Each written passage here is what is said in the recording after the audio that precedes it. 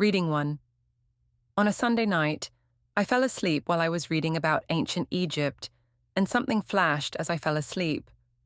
When I woke up, I wasn't in my room anymore, but I was standing beside a long river in a hot, sandy land instead.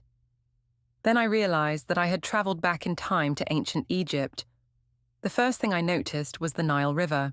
It was gigantic, and people seemed to depend on it a lot. I watched farmers scoop water from the river to water their crops.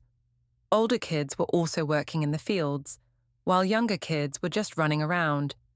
They stayed outside for a long time, working under the hot sun to grow food for their families. When I walked into a small village nearby, I met a boy named Noah.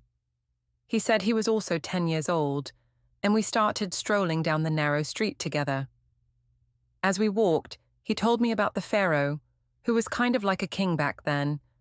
Everyone respected the pharaoh and believed he was chosen by the gods. I also saw strange pictures carved into the walls. Noah explained that they were hieroglyphics, which people used instead of letters. Later that day, we pushed through a crowd, and I finally saw the pyramids. They were so big that they made my school back home look tiny. The stones were massive, and I couldn't believe people built them without machines. Noah said the pyramids were tombs for the pharaohs, and that made me stop and think how amazing it was to see how smart and intelligent the ancient Egyptians were. Suddenly, everything around me began to fade, and I was back in my bed, where it was warm and quiet. I wondered if the whole journey had just been a dream. Then I realized that my family trip to Egypt was just 2 days away. I felt as if I had seen all of ancient Egypt already, and now I can't wait to see modern Egypt very soon. Reading 2. The Joseon dynasty was an important period in Korean history that lasted for many years and was ruled by kings.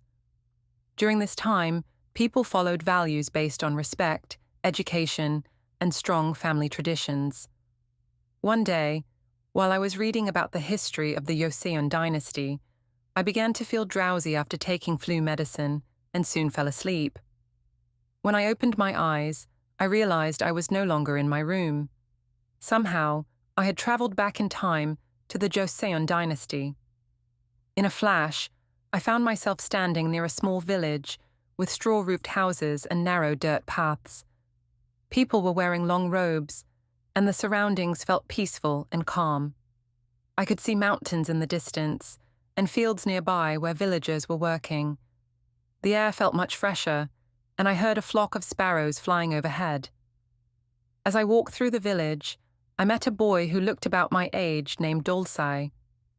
He explained that the king ruled the country and that people respected him greatly.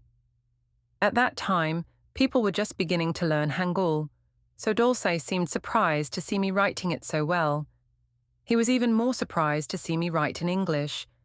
Writing was difficult because the paper was very thin, and using a brush felt more like drawing than writing with a pencil. It was a great calligraphy experience, but Dolsai suddenly grabbed my hand and said we needed to go to the palace. When we arrived at the palace where the king lived, I was surprised by how large and beautiful it looked, with colorful roofs and tall gates. There, I was taken to King Sejong and demonstrated my writing skills in front of the king himself and his followers. People applauded, and the king, clearly very impressed, appointed me as the official calligrapher of the palace. I was thrilled to hear the news, and just as I was about to thank King Sejong, I woke up in my bed.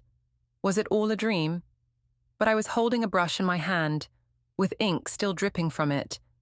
I know nobody will believe my brief adventure back in time, or that I was appointed to such an important position in the palace. This will probably remain a secret for the rest of my life, along with the brush hidden deep in my drawer.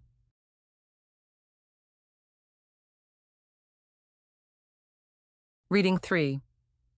Ancient Greece was a civilization known for its ideas, stories, and strong city-states.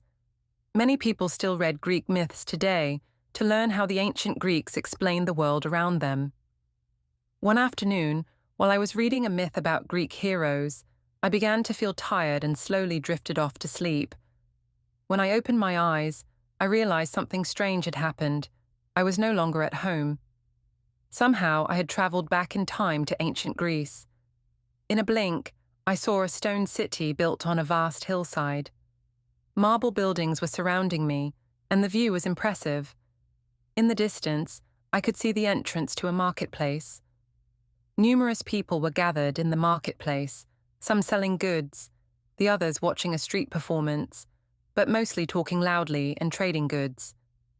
I had to be cautious not to bump into anyone because the street was very crowded. As I reached the city centre, I met a boy named Nikos who looked about my age. He told me what his daily life was like in ancient Greece. Nikos explained that he helped his family at home and learned skills from his father, while boys from wealthier families went to school to study reading, writing, music, and sports. He said they trained their bodies by running and wrestling because being strong was very important. Nikos also told me that girls usually stayed at home to learn cooking and weaving. Listening to him made me realize how different his life was from mine and how much responsibility children had at a young age. Later, Nikos took me to a large temple built to honor the gods. The tall columns were made of stone and looked fragile, even though they had stood for many years. Inside, I saw a written document with all the rules for citizens and laws of the city. Nikos said the Greeks believed their gods watched over them, and many myths were written to explain natural events and human behavior. For example, the Greeks believed that lightning and thunder were caused by Zeus, the king of the gods. Suddenly, everything around me began to fade. When I opened my eyes again, I was back in my room, holding my book. I wasn't sure if my journey was temporary or real, but it felt unforgettable. Traveling back in time is a once-in-a-lifetime event for anyone, and I surely enjoyed mine and learned a lot about ancient Greeks. The coin that Nico gave me was still shining in my hand.